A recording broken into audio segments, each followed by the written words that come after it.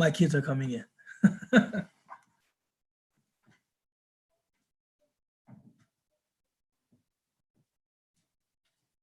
Bismillah. So mashallah, it is an honor and a privilege, as always, to be with you guys. Alhamdulillah, we ended last week on some pretty good conversational notes, and we wanted to pick up on those notes, and we also wanted to add, a new topic of discussion that I hope people will similarly, find useful, beneficial, maybe even enriching. So last week we were talking about parent custody in the event that both parents pass away. This is an area where there is significant difference of opinion among scholars. The most consistent answer in a case like that would be the mother's sister, if she has a sister who's interested in custody. The father or the next of kin from the father's side is always financially responsible for the child. Now, again, these are traditional prescriptions for issues of child custody. We live in a context in which I think all of these questions should be approached as though they were open-ended, right? We would have to sit down with the relevant legal authorities. We would have to look at the wishes of the couple. This is one of those things that should be stipulated.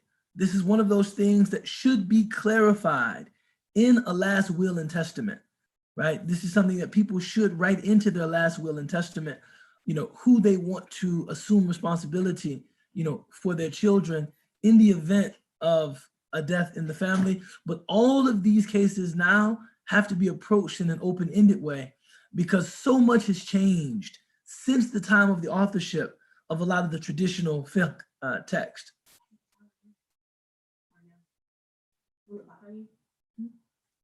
But people can hear you.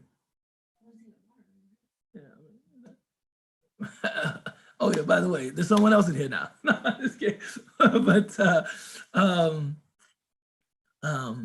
so we're so removed from the context in which a lot of our books of sacred law were authored that all of these cases, in my estimation, should be approached with contemporary Islamic legal authorities, looking at the families, looking at the wishes of the deceased, and looking at a number of other factors very similar to the way that custody is handled in American courts. I mean, looking at both the continuation of what is familiar to the children, who's more willing, who has a situation that is more amenable to the addition of children, etc. So I think it's something that we must approach in a case-by-case format. It's not something that you can just say, in the event that both parents die, this is who assumes custody.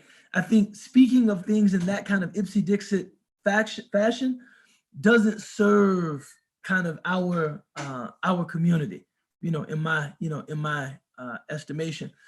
There was another, are there any other questions about that?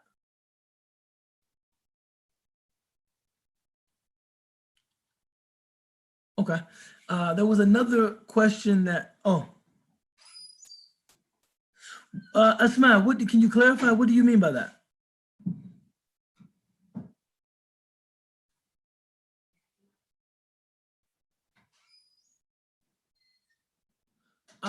Women passing wealth to, you mean like if women pass, yeah, I mean, the wealth of women is divided according to the Quranic shares, just like the wealth of men. But yeah, no, aside from the third that they can pass to whoever, the wealth of women is divided according to the Quranic shares. But again, as we mentioned, that's based on, that's based on an understanding of the roles of women and the roles of men that place men in a position in which they they shoulder more financial responsibility, which is not always true, right? So when you read in the Quran, لِذَكْرِ مِثْلُ حَظِّ الْأُنْثَيَيْنِ, for the male is twice the amount in terms of the male's allotment from inheritance is twice the amount of a female's allotment. That takes for granted that men have this financial responsibility that women do not have. That does not always turn out to be true. Many of us have joint financial arrangements in our families.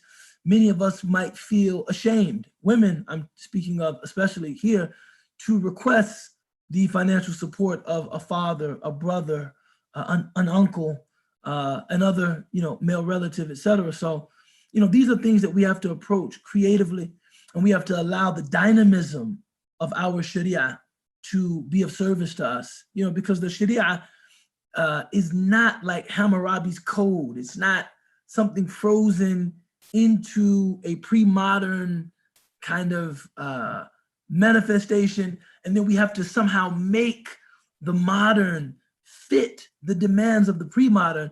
That would lock us into ways of being, ways of knowing, ways of engaging that simply aren't true. It's not about what things should or shouldn't be. The fact of the matter is that if this Sharia is intended to serve some real concrete aim, this would represent a misfire if if it didn't serve that aim. So, we have to approach the Sharia understanding that it's malleable, understanding that, there's great room and latitude and flexibility for us to engage as we need to with principle. But it is important to understand that that which is revealed in the Quran does kind of represent a point of departure in terms of this being something normative out of which we begin kind of, thinking critically about our own reality. But the Quran represents this is what is normative. And if a situation is reflective of that which is taken for granted in the revelation, then we just implement the Quran and, the matter is settled. But if a situation is different than that, then we have to look critically, at the situation, and we have to look critically at the Quran and the Sunnah and the writings of our, legal scholars, etc. And this is perhaps, unless you had another follow-up, Asma, this is perhaps a good segue. Jazakillah khairan. A good segue into a conversation about mortgages. Riba or usury.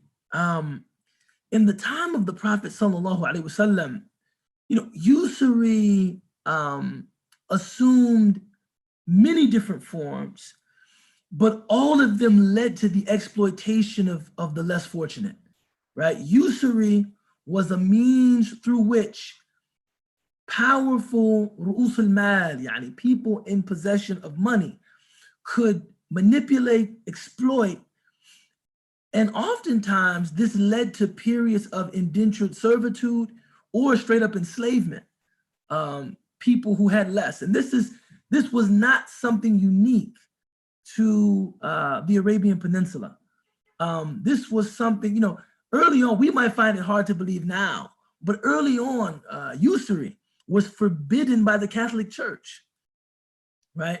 Deriving inspiration from the story of Christ in the Bible, alayhi salam, peace be upon him, entering the temple and turning over the tables of the money changers, right? This was something that people, one of the major shifts was that in traditional societies, debt was seen as something undesirable, right? The idea of being in debt was something that a person wanted to be very cautious about.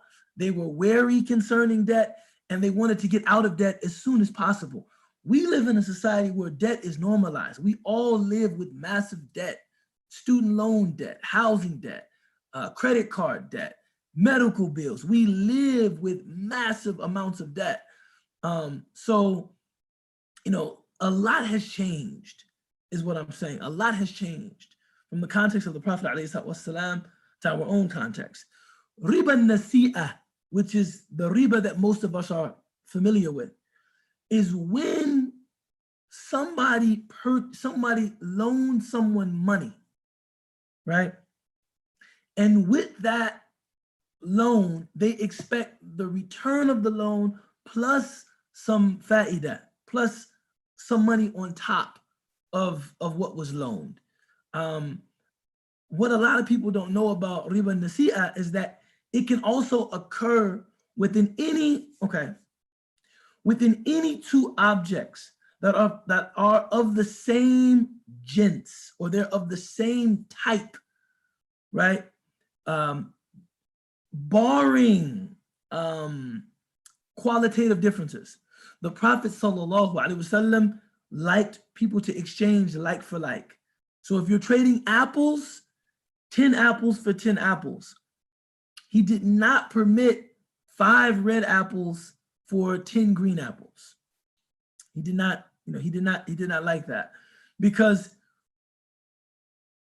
the basis of the idea of the prohibition of riba, and this is perhaps Muslims' greatest critique of capitalism as a system, is that money is a means of exchange. It's not a commodity. That's if I were to just take thousands of pages of legal writings about the subject and just boil it down to an axiom, in the Sharia, money is considered a means of exchange. It's not a commodity. It's not something that can be sold itself, right? It's a holder of value, but it's not a commodity, right?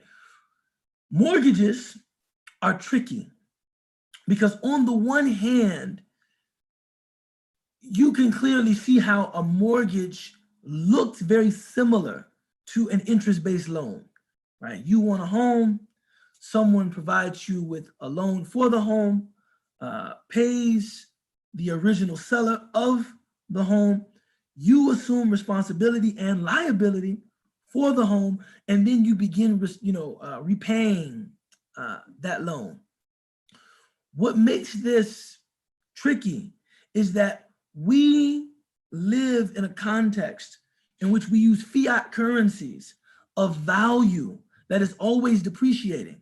So even if somebody loaned me $700,000 and I paid them back that same $700,000 in 30 years, that would entail they're taking a loss, because of course the $700,000 is not going to be worth $700,000 in 30 years.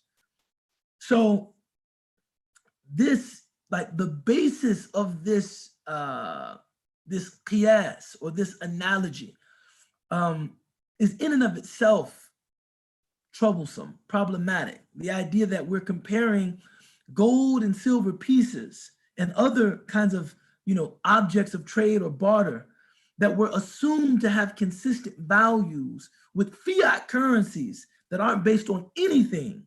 This isn't gold standard money. It's not silver standard money, right? It's only based on your willingness to accept it. And we know the values fluctuate, mostly they depreciate.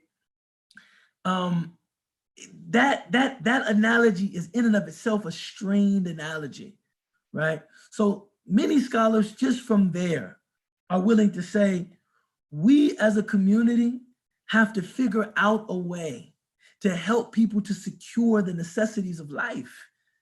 Property ownership is unquestionably the biggest or the largest means of wealth transfer in the United States of America, right? From wealth being transferred from one generation to the next generation, it's usually transferred through property. The vast majority of that wealth is transferred through property. A community that anticipates a long-term stay, we're not visiting the United States. We're not visiting Chicago and the Chicagoland area. We're not visiting Texas and the Houston area. We anticipate a long-term stay.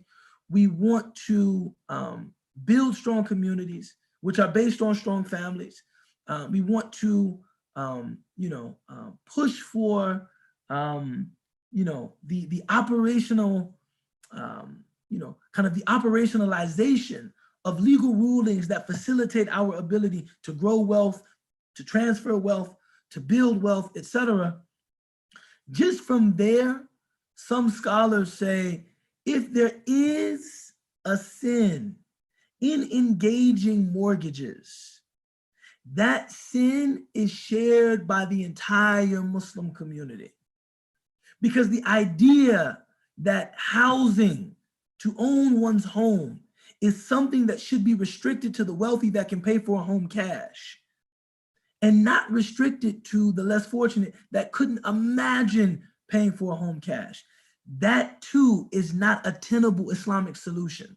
That we would say, okay, home ownership is something for wealthy people. If you are less than that, then what is religiously required of you is to rent for your entire life and leave behind nothing for your children, thus placing them in a similar situation that it would be difficult for them to accumulate, acquire, and pass down any wealth. This, as a riba, interest, is un-Islamic.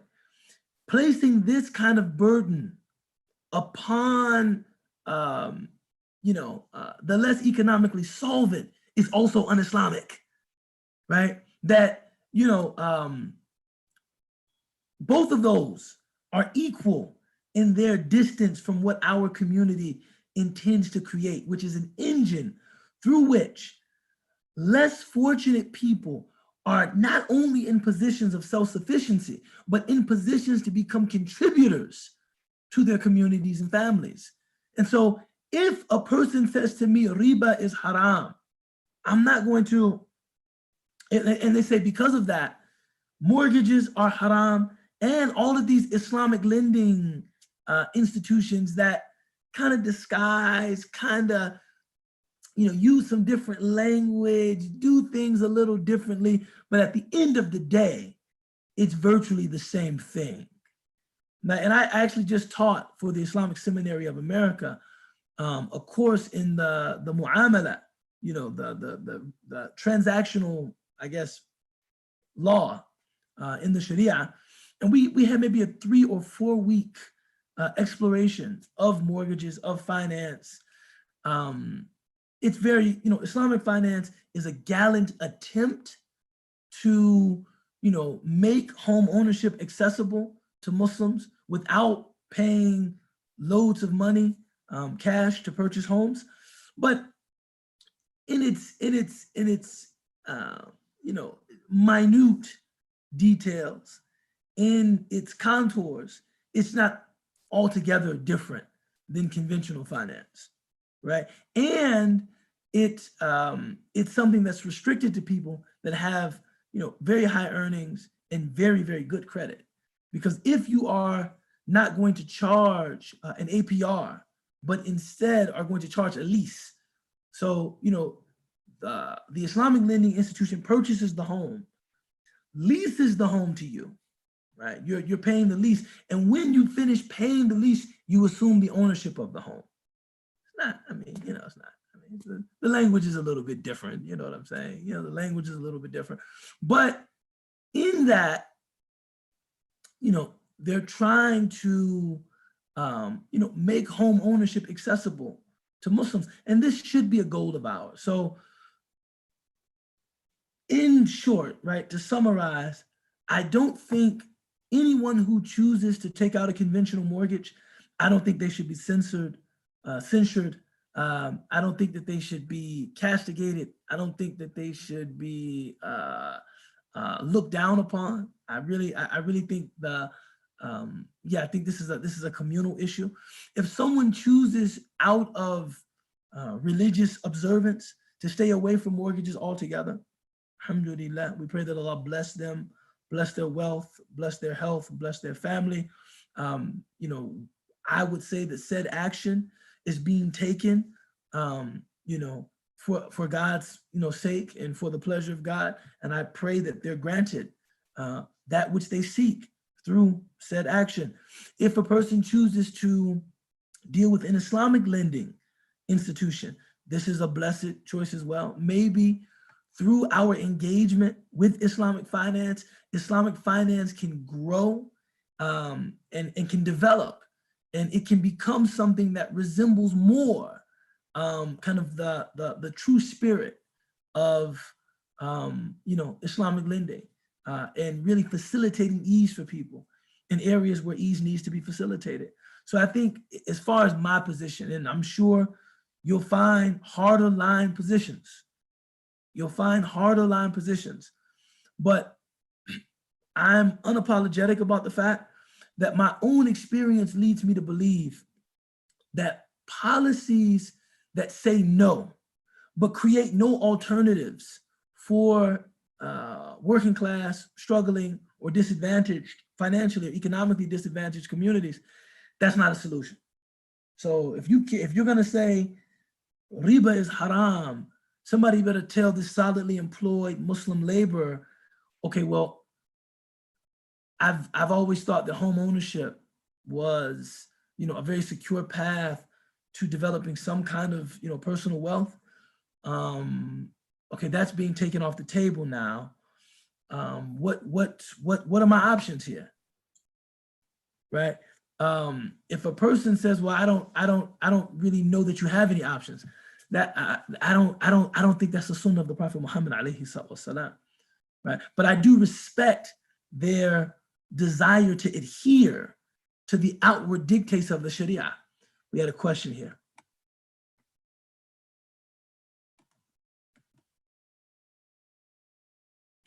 Bassam asked, is there a similar outlook rather having more on investment properties as well? For example, multiple mortgage on the building, which they put up before. No, bismillah.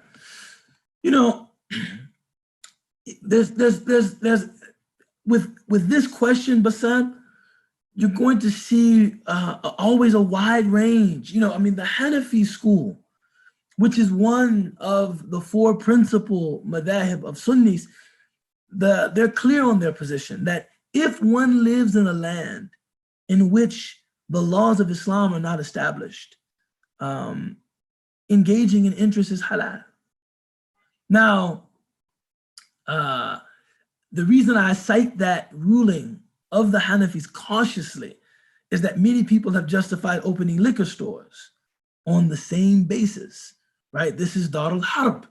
This is not an abode of Islam. This is many people have justified predatory lending, opening payday loan stores in places like this where people take out loans at 21% interest and just unconscionable things on this same basis. So there's a problem with that too. In terms of a second opinion here, Bassam, some people would say, okay, if you are buying a home to live in, and you want to own that home that you live in, maybe then it's justifiable. On the other hand, if you are buying a home to build wealth, it isn't justifiable. So you have a wide range of opinion. As far as I'm concerned, this is also an area that if there is some negligence in our approach to the issue, I would have to say the negligence is that our community hasn't developed a strong enough desire to see these things acquired, both properties for residential properties and investment properties, without the use of riba, right? So I don't know. I think even though this is a very serious issue, I think the wara, right? That the technical term is scrupulousness, but that cautiousness in one's relationship with Allah, this is something that all of us should be trying to cultivate personally, that all of us want to be as cautious as we can in our relationship with Allah. But in terms of the legal precedent, no, wara can never become the basis for law, right? The basis for law is not, these are laws that will make people friends of God. The basis for law is facilitation, ease, securing the necessities of people, creating opportunities for people.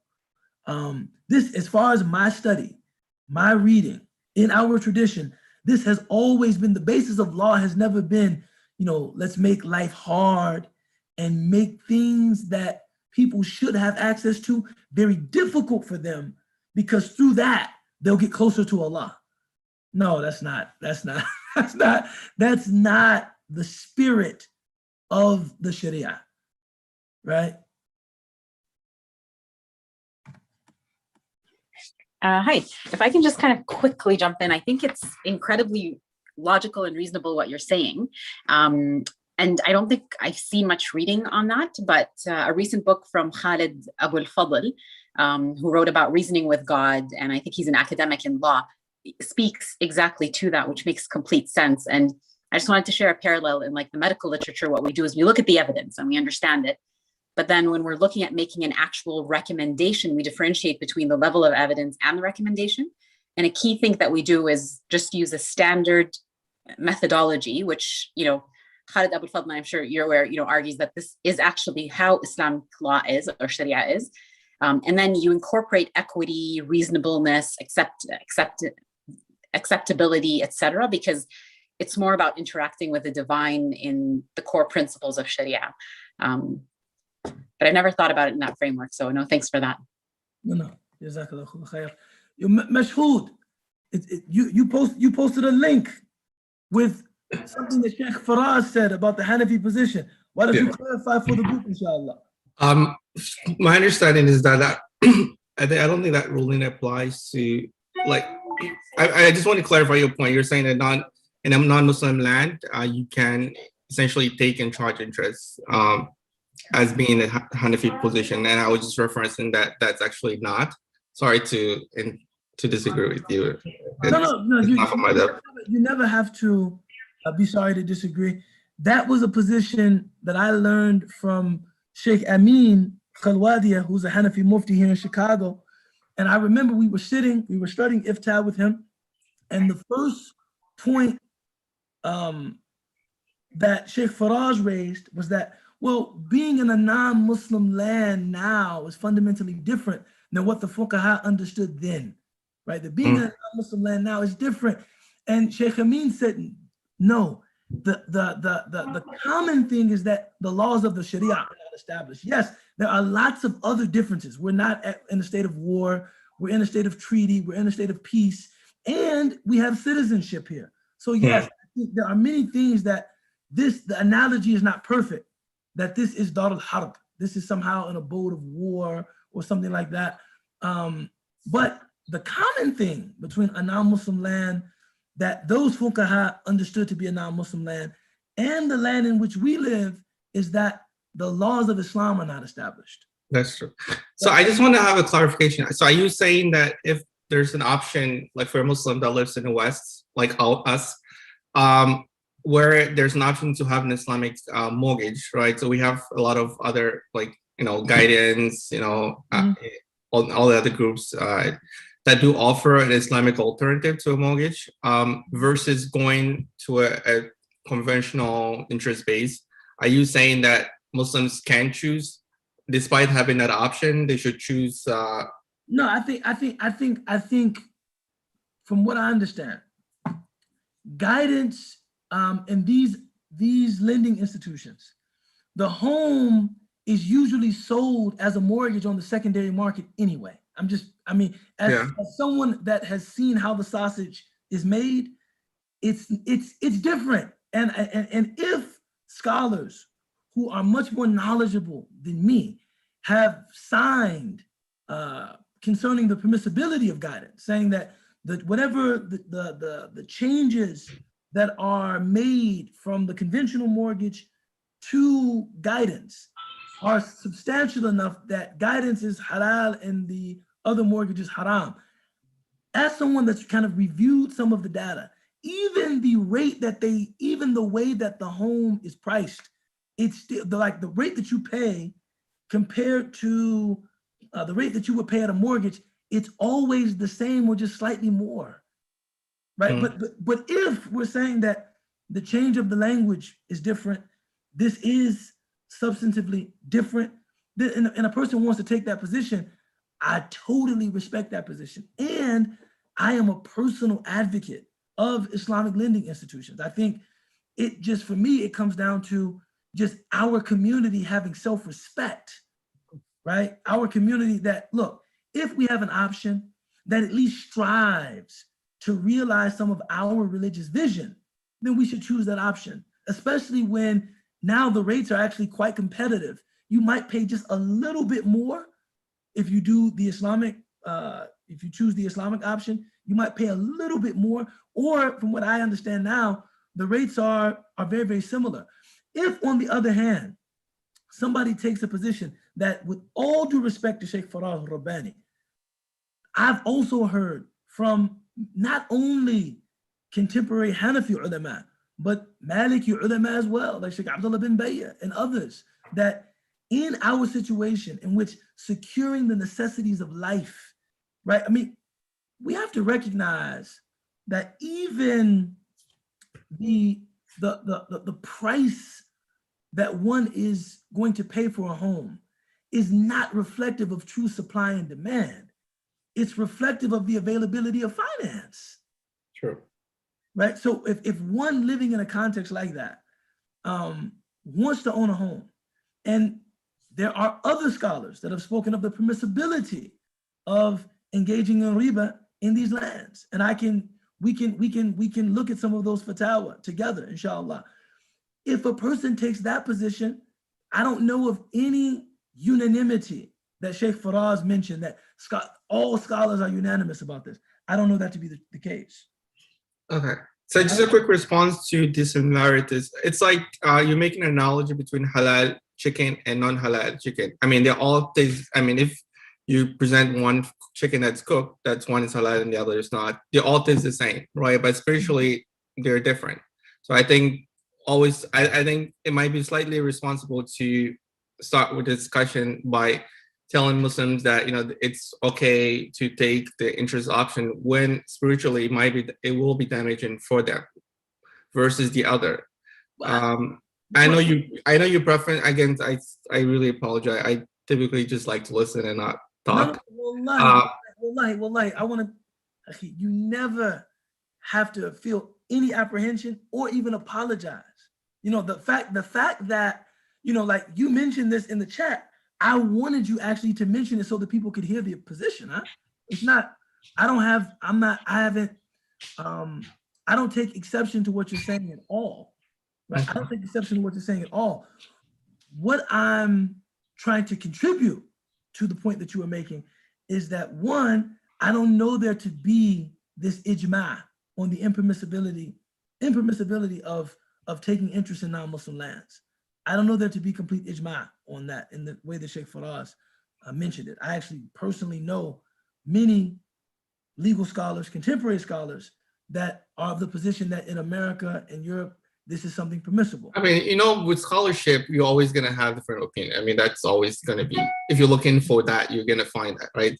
Whatever opinion you're looking for, it's not with scholarship, you're going to have opinions that suits your desire. But I'm just saying, from a spiritual point of view, if an option that's better than an option, it might not be the best, it might not be the ideal. I don't think we should start the discussion by saying it's okay to go with that which is not. That's all. I mean, and I appreciate that. I think for me, maybe what I'm reacting to, right? Maybe what I'm reacting to is you have look at the fatwa that, like, the link that you posted in the chat. There's something about that, even though I love Sheikh Faraz, you know, I've worked with him on Seeker's Guidance, you know, a few times, and I actually believe that he is of sound judgment and scholarship, right? So I take no issue with him. But maybe for me, and I'm just gonna be real, as somebody that comes from a chronically poor community, comes from a community that suffers from historic, chronic, generational poverty, for someone to even list something like that and not give any alternative to the most relied upon means of wealth acquisition and transfer in the United States, it's offensive to me. And that could just be my issue. you understand what I'm saying? It's offensive to me. And I'm not saying that he has to be concerned about, okay, so if conventional lending is off the table, and I know that Islamic lending, you know, it has recently become more accessible, but for a long time, Islamic lending was not accessible except to people with the highest credit scores and the highest earnings, right? Mm. There's something about that that grates against me, Mashoud. Mm. I mean, and this could be, just in full transparency, this could be some of the frustration that you hear, that I would lead by saying, look, this is a communal issue. That's what I started with. Don't talk to me that this is a burden that poor people have to bear in America. That doesn't sit well with me. That doesn't feel good to me. That doesn't feel, there's something about that doesn't feel like Sharia. As someone that has studied Sharia, that doesn't feel true to me. So let me get this straight. So poor people who rely on, you know, some of these lending institutions that might be willing to touch them, whereas Islamic firms would not, they have so like, what are their options? And I just feel like maybe if people who advocated the harder line, right, that look, they would, I think I would need that as, like a discussion of what people who want to own homes as just, a source of wealth acquisition, right? I don't want to rent for my whole life, what they're supposed to do. And if in fact, Islamic lending institutions are becoming more accessible to the masses, then I think, we would be irresponsible if we didn't push people in that direction. I agree with you. But my experience with them is that they weren't, for a long time, they weren't that accessible. Mm. You understand what I'm saying? Heard it. And so it's for me, it's touchy, and just to, and not to dump too much personal stuff into it, but actually I was in school, my first year of college, and my family is not a wealthy family, but this was before, like when I was going to school, this was before like a lot of schools put those new standards in place that if your household income was below a certain amount, then everything would be paid for. Some of the better, more well-endowed schools have done that. I had to go to school on student loans, right? Interest-bearing loans. And I dropped out of school because I understood that to be impermissible. This is why I left school. I understood that, I'm a new Muslim. This is impermissible. Whatever happened to me, maybe as someone that could only pursue a career in labor, or couldn't pursue, nothing wrong with labor, but could only pursue a career that did not reach whatever my ambition was at that time. Nobody said anything to me. They just said taking these interest-bearing loans is haram. And I just, when I think back on, alhamdulillah, I ended up studying Islam. Alhamdulillah, I didn't take any interest-bearing loans. I went to Azhar. Egypt has some elements of socialism in its, system there. So I didn't have to take out a loan. I went to Azhar, alhamdulillah. But when I think about well-meaning, sincere people, their willingness to tell me that, if you take these loans, فَقَدْ أَذَنْتُهُ بِالْحَرْبِ, God is at war with you, right? Even though, I don't know, it angers me a little. I think they were genuinely trying to help me, but I just would expect something a little more socially responsible. And I think with these conversations, I expect something a little more socially responsible than what I often get, if that makes any sense. Okay. It just made me think about, Assalamu alaikum, Ustad Ubayd. Again, this is not a fatwa, but this is a person's experience. She was working in a place that served alcohol. Mm-hmm. And after converting, that was her only source of income. she stayed in that job not because that is, you know, permissible or diluting what's haram or what's halal, but that was her only means of livelihood at that time. But at the same time, she was actively applying and trying to seek alternative halal like work. But I think in the meantime, there's like a difference. And I know, I mean, I think somebody's telling her just leave your work without any alternative, losing her home, not being able to eat, for example. I know there is tawakkul, but I feel like there's also wisdom. And I think Allah alam, I'm not saying this from like being scholarly or anything, but just reflecting on even the verses of making alcohol haram.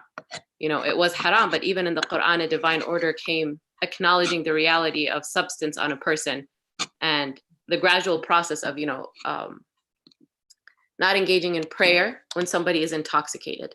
When you have to pray 5 times a day, that's going to gradually push you towards, I can't drink now because I have to pray dhuhr. I can't drink now because I have to pray asr. And then the gradual and developmental process of it's haram and, you know, the reasoning behind it.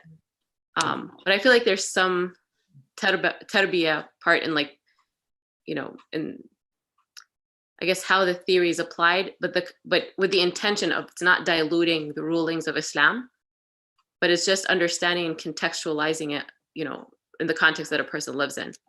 You know, I mean, you know, I think I just think for me, looking at the Sharia, we have to have a maqasid approach. It doesn't mean we have to have an approach that looks at the objectives, the aims.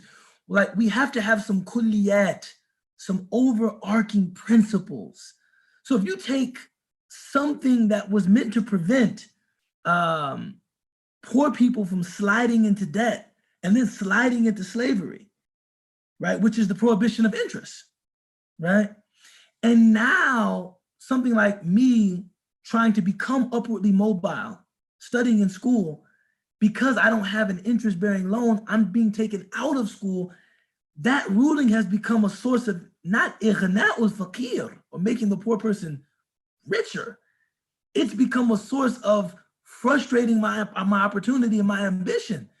And you have, at that time, you had people that were so adherent to the dawahir of the nusus, like this is what the text says, that what it was doing to my life, I don't think anybody even cared.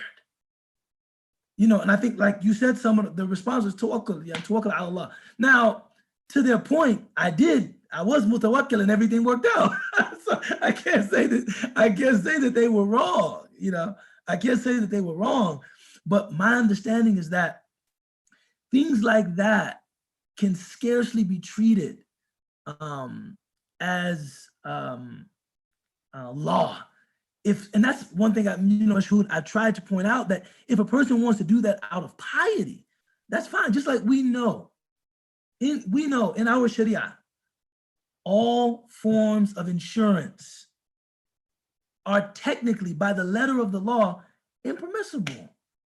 So if a person wants to ride a bicycle so that they never have to purchase car insurance, they, out of their piety, that this is the kind of unspecified buy, right, that the Prophet ﷺ did not permit.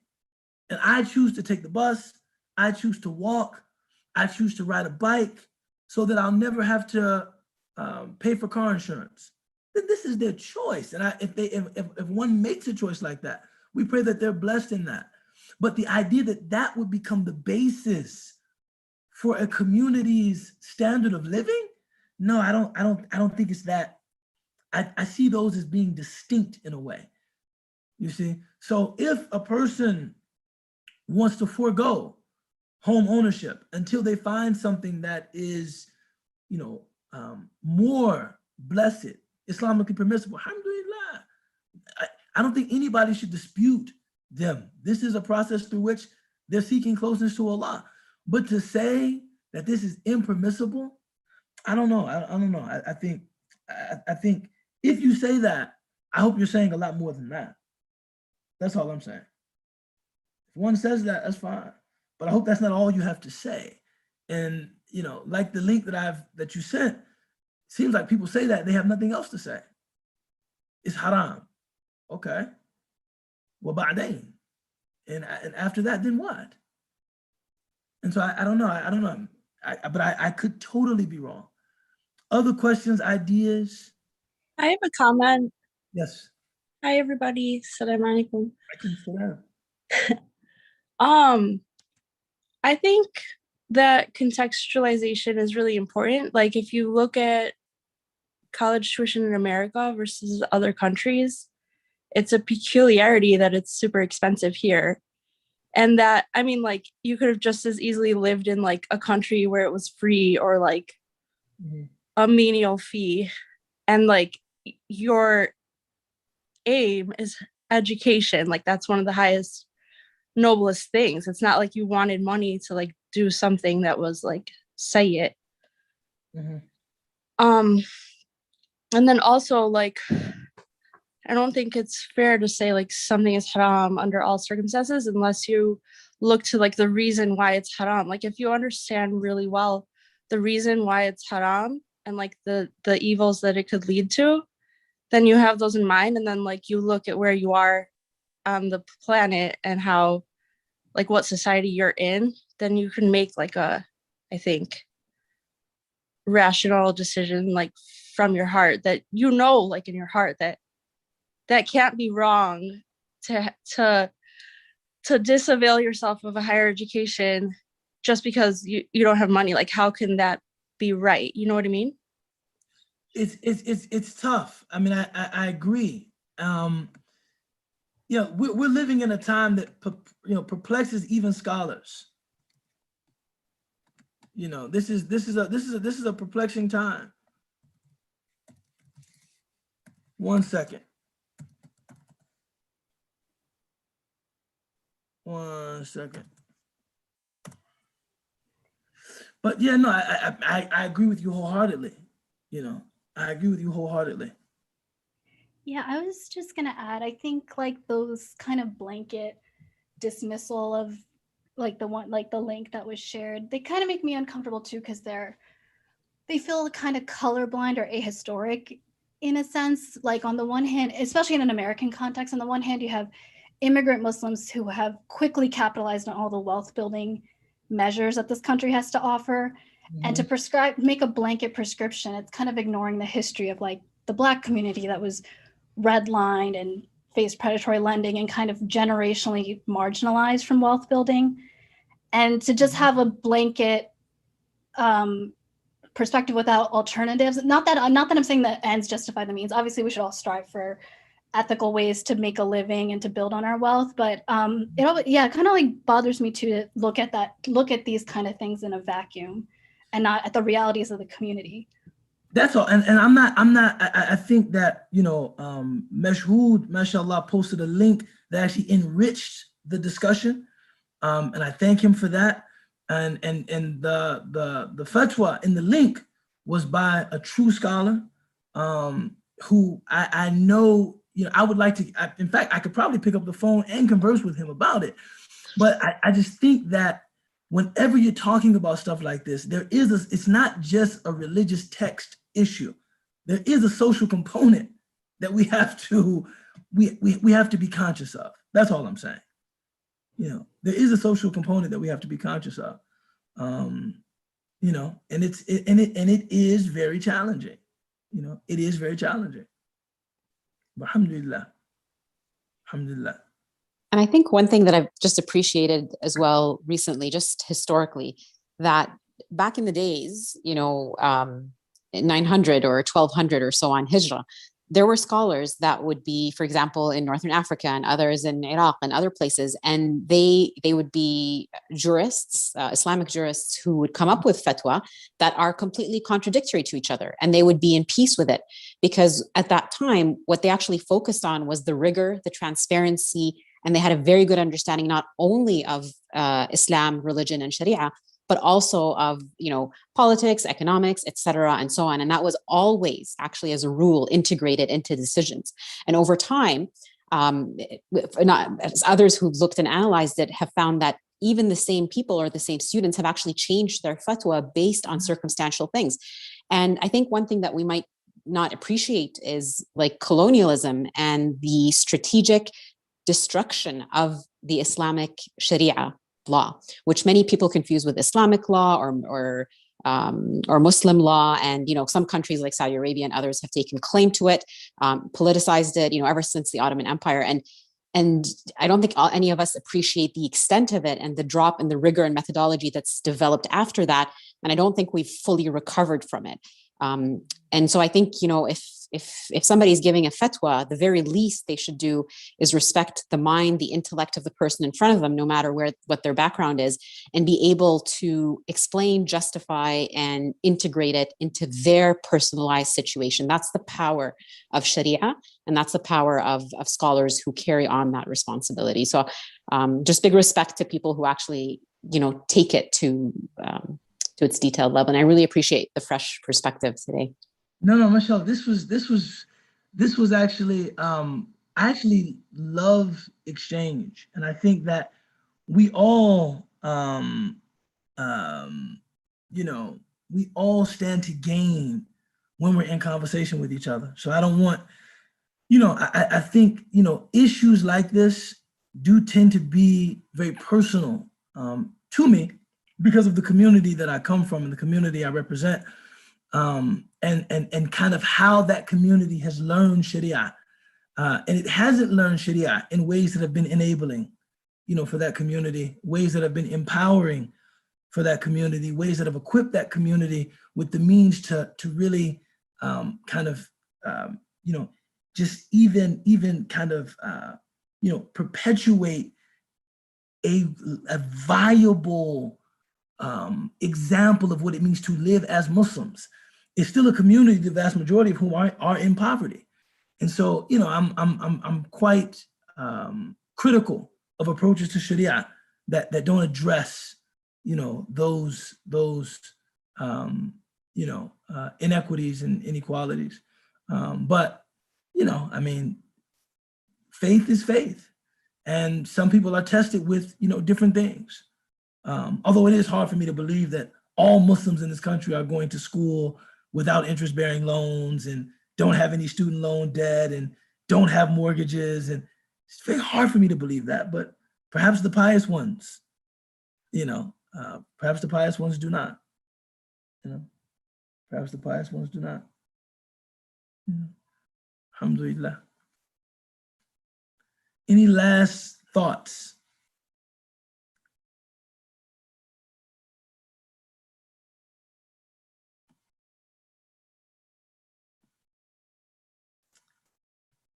Bismillah. Bismillah. Bismillah. Assalamu alaikum. Wa alaikum salam wa rahmatullah. How are you? Alhamdulillah, how are you? Alhamdulillah, man. You, it's been a while since I've seen you, man. I know. We've been tuning in as much as we can, but MashaAllah, MashaAllah. Alhamdulillah. But thank you so much. I mean, it's hard because like my wife and I struggle very much with this, especially we've been getting more and more into real estate, which is why I asked that question. But so it's been a struggle for us, right? Because, either way, if you're coming from the standpoint of staying away from interest completely, you're coming from a place of love for Allah, and I respect that. And I mean, we all are there, obviously, but it's also, to me, and many people here, obviously, like it's almost literally impossible to avoid it. And so it ends up being like, for me, I look at it like kind of the future of the Muslim community, right? Like, how are we ever living in America where you literally cannot avoid interest? How is the Muslim community ever going to come up into a position of power in this country without, and in my personal opinion, really the only way to do that is to be self-employed, right? And build these businesses and build these organizations and build these means. And in America, that I know of, it's impossible to do that without dealing in interest in one way or another. So if we were to say a blanket statement of we just cannot deal with it, then we are stuck, like you said, the poor are stuck being poor, not having the means to bring themselves up. And also we just have to work for other people for the rest of our lives. And I mean, and that's fine, you know what I mean? And, but we're not all doctors, and so to me, it's about bringing up the Muslim community to a position of power, inshallah, in the future, to where we can maybe be, you know, at a level where we can provide these opportunities without interest at some point in the future. I agree wholeheartedly. You know, I'm gonna tell you a story, and I'll conclude with this. You know, there was a mufti at Azhar, and I know Azhar is not known for being the strictest about much, right? But someone came to him, and they wanted to know about buying property with a loan, right, for the masjid. They were confident, though, that through fundraising, they didn't want to lose the land, right? There was like an auction for the land. They didn't want to lose it. It was where they felt they needed to be. They felt like through fundraising, they would be able to pay off the loan in like a year, or they felt like they could get paid off quickly, but they were gonna have to take out an interest-bearing loan to get the property, right? And the sheikh, I'll never forget, he said, listen, for Muslims to be in America and not be established in a way that commands, you know, respect and produces great pride among the Muslims, this is haram. He said, this is like you have to like what he was saying was like, look, if you're talking about halal and haram, for you guys to be in the United States, exposed to everything you're exposed to, right?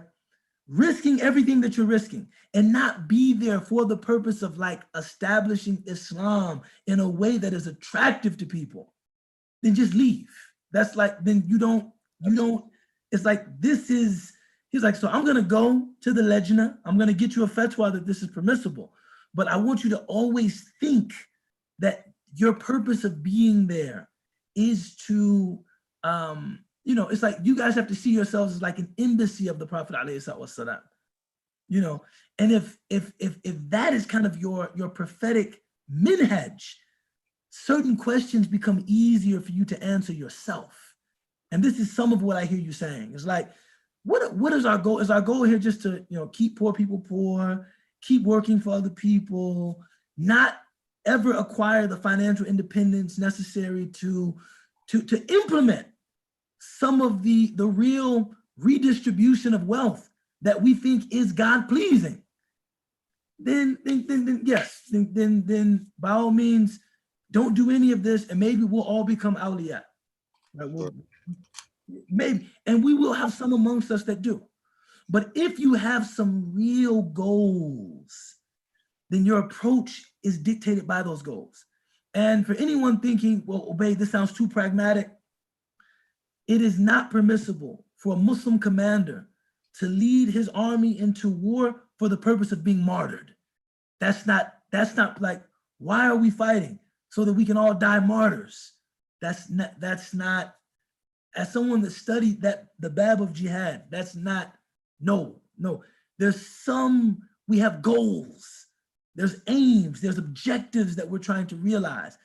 This is why we are engaging. And that has to characterize kind of, you know, the way we engage. But this is a great discussion. I appreciate everybody's perspective, inshallah. I think I'm gonna come in maybe next week, have some more substantive examples to kind of read through, discuss with the class, inshallah. And I'm gonna call Mashhood offline, inshallah. And I want him maybe too. Also, we can present something together, inshallah. We'll work this out, inshallah. Inshallah. Jazakallah khair. Bismillah. والعصر إن الإنسان لفي خسر إلا الذين آمنوا وعملوا الصالحات وتواصوا بالحق وتواصوا بالصبر